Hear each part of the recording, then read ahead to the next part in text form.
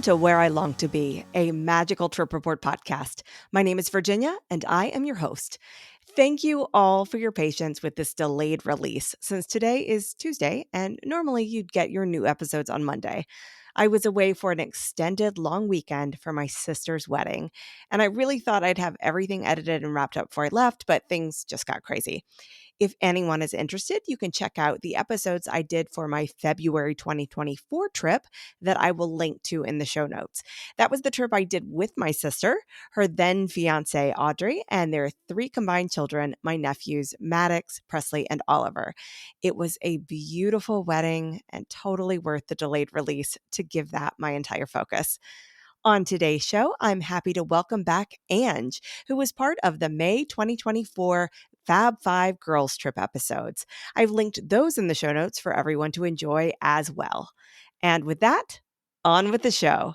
Here's Ange. Welcome back to the podcast, Ange. Thank you so much for having me, Virginia. This is the first time that you and I are getting to speak, just the two of us, because the last time you were here with all your gal pals, members of the Fab Five, who I will tag in the show notes. You guys had such a fun episode, but it's nice to get to talk to you one-on-one. I know. I'm so excited to be here, especially for May, because it is Travel Agent Appreciation Month. And actually, today is Travel Agent Appreciation Day. Oh, wow. Okay. Well, I appreciate you. Thank you. All right. Why don't you tell listeners who maybe have not heard from you before a little bit about who you are, what you do, and what you love about the Disney parks? I'm Angelica Hurlbert. I am a travel advisor. Disney is my specialized home of travel, but I do book locations. I am a mom of three.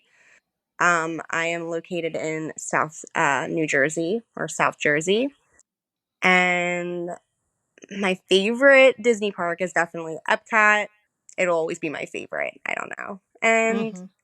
favorite snack definitely has to be the cheeseburger, spring rolls, or a Mickey pretzel. All right. Since Epcot is your favorite park, I have to ask you, what's your favorite festival? Festival of the Holidays by far. I love Christmas. Oh, okay.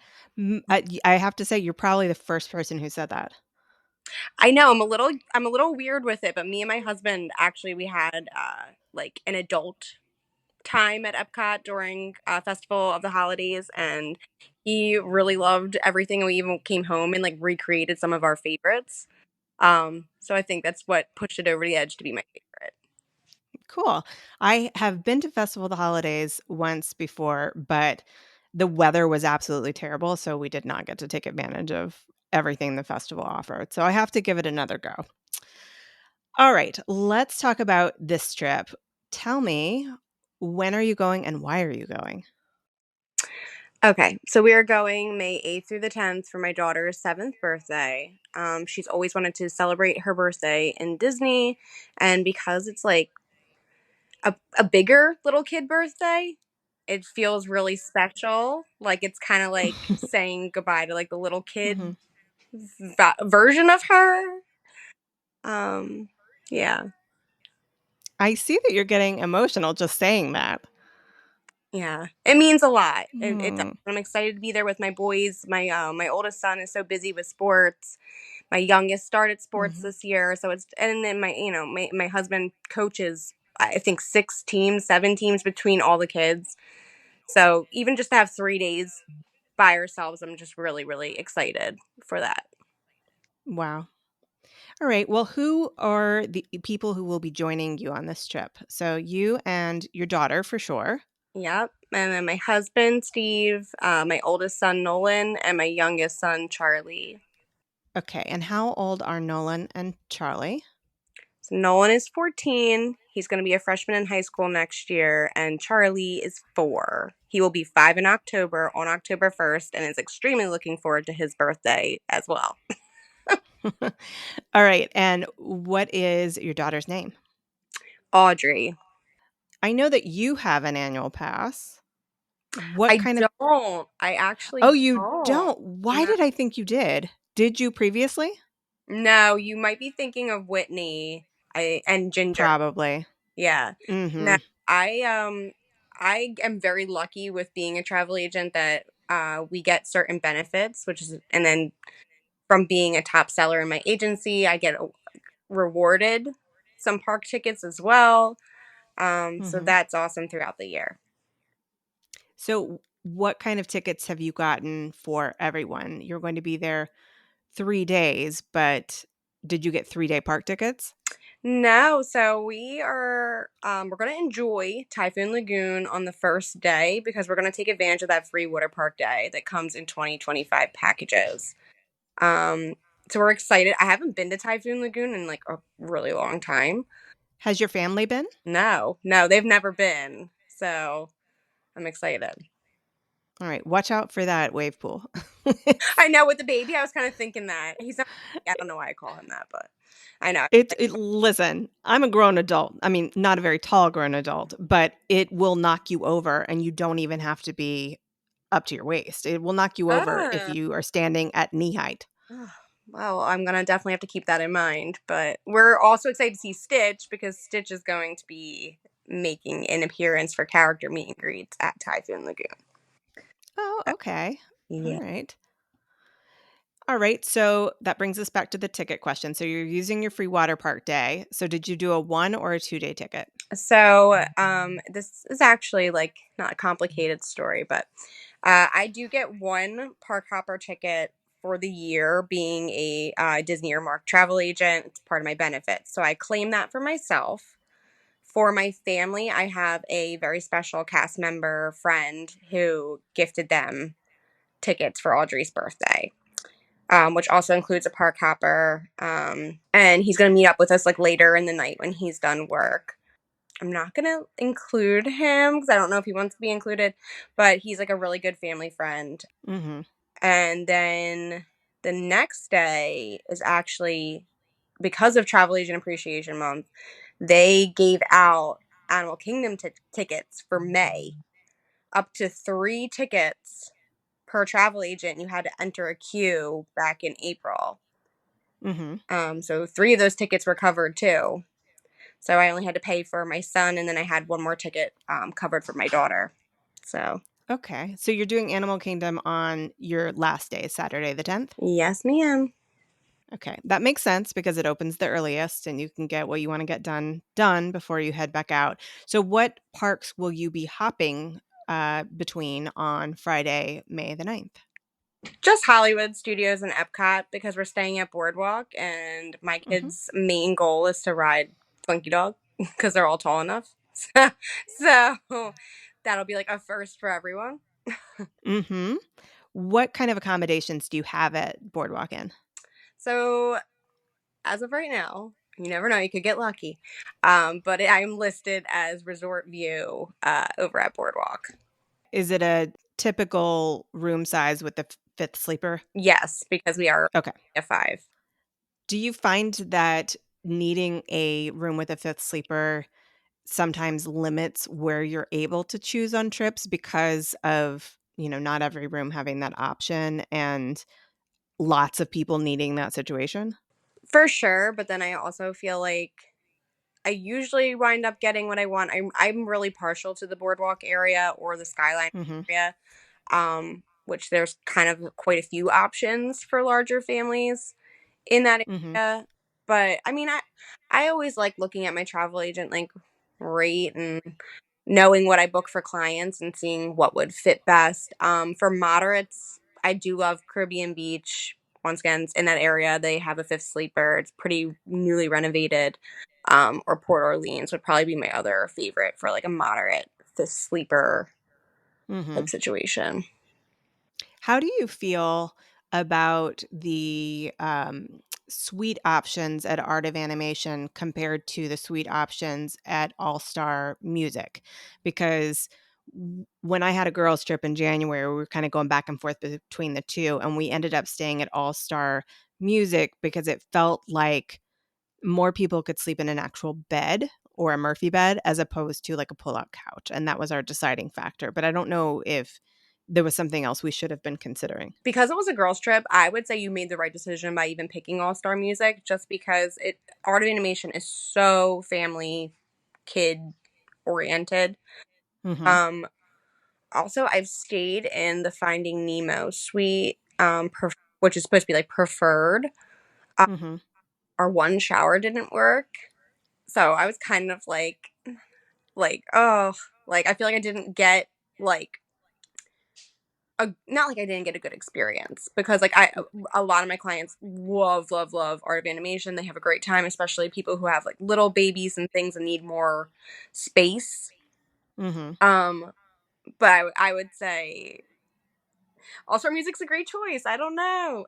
Yeah. I don't know. It was nice to have 2 Yeah, full bathrooms, and and then we that's had full fridge. a full-size fridge. Yes. Yeah. The full fridge is definitely like a game changer versus like a mini fridge kitchenette type deal. Right. Yeah. I really enjoyed it. I mean, we were there for several nights before we moved over to the Riviera for like one Oh, big bougie night. But I enjoyed it, and it was my very first All-Star experience. So, oh, good. I was glad it was a good one because now I'm like, "Oh, that feels like it's now open as possible for me," whereas before it was kinda like, "I'm so used to moderate and deluxe. Can I do an all-star? I don't know." The All Stars have such a bad rep from like the past. Like every high school trip, you think of like All Star Sports and like, people, especially millennials, like moving in and booking now for their families. They're like, oh gosh, I don't want to book it at an All Star. The All Star, especially All Star movies, I find that so comparable, the preferred section to Art of Animation, and you're going to save a good amount of money. So, yeah, I think they've come a long way. I think they're all right. Yeah. Alright, do you have any dining reservations for this trip? No, but here is a super fun thing that I'm doing. I'm doing the quick service dining plan. I've Oh, okay. never done it myself. Um, so I plan on taking some mental notes of how much each thing's gonna kind of cost and weigh it out compared to what I paid. Just because I always get so much pushback from people that are like, the dining plan's not worth it. It depends on how you're gonna spend that money. Um, Mhm. I once again I think this also gets kind of a controversial reputation because people try to save those credits, Right. and then you're at the end like, crap, I have like 12 snacks I have to use, or I have three quick services, and it's like you got to just go out of the gate and start spending those credits, Mhm. and then if you run out, you ran out, but like don't hoard them to the end type thing. Right. I think it's a little bit like gambling. Like in general, the house is going to win or the mouse is going to win. Like you have to be getting the most expensive things if you're trying to get, you know, more bang for your buck out of it. But really, when I think about the dining plan, I'm not somebody who needs to use it. I will always come out ahead just paying out of pocket and eating whatever I feel like eating. But it depends on what you value. So, do you value not having to think about it and just knowing that it's paid up front? Or do you value getting the most for your money? Which in that case, I would argue you're better off just paying out of pocket. But a lot of people really like that feeling of, I've paid for it. I don't need to think about it anymore. If you are very like money value driven, like I am, I'm like, "Ugh, I couldn't stand paying more than I would have." So it just really depends on the person and how you look at that sort of thing. Yeah, so like I mean, for 2 nights, it was $438. So that's literally Mm-hmm. gonna be my money stance on it. But my Mm-hmm. son, being 14, counts as an adult Mm-hmm. in that. So it opens up a big variety of what he could possibly get. He's an eater. So like for my youngest, he could take some of his credits and like I can make it work with my little one. Um Mm-hmm. so I'm gonna definitely play with it. Even like for me and my husband's snack credit. You can use a snack credit over at any of the Epcot festivals. It'll have it Mm-hmm. like next to it. So instead of getting a pretzel, you can get something really good. Right. Yeah. So just that, and then like me and my husband, like we drink. So even adding Mhm. alcoholic beverage onto a quick service like 2 times a day, like we all know drinks and Mhm. expensive. I mean, they're expensive at any venue, but they're expensive in Disney. So that's a way to maximize that money point value Right. for Right. Yeah. Which is where, like, the kids who count as adults, that's where like you're not going to get the value because the price is including like the alcohol, in terms of how much it costs, but they're obviously not going to drink anything. But I think that doing it on a smaller trip like this is the perfect way to experience it because there's no way you're going to forget about credits Mm, in 3 days time. You're going to make the most of it and you're probably going to get a lot of bang for your buck. yeah. No, I'm really excited to like definitely play with it more. Like I said, I've never done the quick service one, so I was like, why not add it? I said $400 for 5 people to eat for 3 days. That's pretty fair. Mhm. So Yeah, and it includes the, refillable mugs, right? yeah, so like that's huge too, because like day one we're only going to the water park for a little bit, and then we're hanging at Boardwalk. So like my son can go fill up his Powerade as many times as he want, or my kids can go fill up lemon as many times as they want. Coffee in the morning, you could fill it up 2 times over while you're getting ready. Like Mhm, I always try to think of it like that. mhm. Them, and then at the end, I'm gonna be like, why we have 5 cups? You But just have to get rid of the older ones at home and replace them with the newer ones, and it's a constant cycle. right, they just die in your cabinet, but it's worth it while you're there. It's true, it's true. So you've stayed at Boardwalk before, right? Yes. Okay, have the rest of your family stayed at Boardwalk? Everybody except for Charlie. This will be his first time, but we stayed my daughter's first trip back in 2019 at Boardwalk with my mom and my dad. So it was Mhm, legitimately 4 adults and one child and a baby in the mhm. room like about to be in. Well, and she probably won't remember it because of being a baby, Yeah, so this will sort of be like a first trip there for her too. yeah, no, no, she doesn't remember that. She remembers Saratoga Springs 'cause that was like the last resort she was at. And Mhm, back to my daughter, like she thinks Saratoga Springs is like the absolute bomb, which most mhm. be like, what? But she liked that there was no kids. So like the splash area was like all hers. The games were like there was only 5 kids at the whole entire pool. Like she's like, this is great. I love that. Mhm. Um, so since this is a trip in honor of her birthday, what are some of her priorities in terms of attractions, things like that, that are on your "we must do this" list for Audrey? So like I said, Slinky Dog's like number one. Mickey and Minnie's Runaway Railway. Frozen Ever After for rides. Possibly Remy's, although like Ratatouille, I get like so nauseous on. I just have to like close my eyes, but I would do it for them if they wanted to ride it.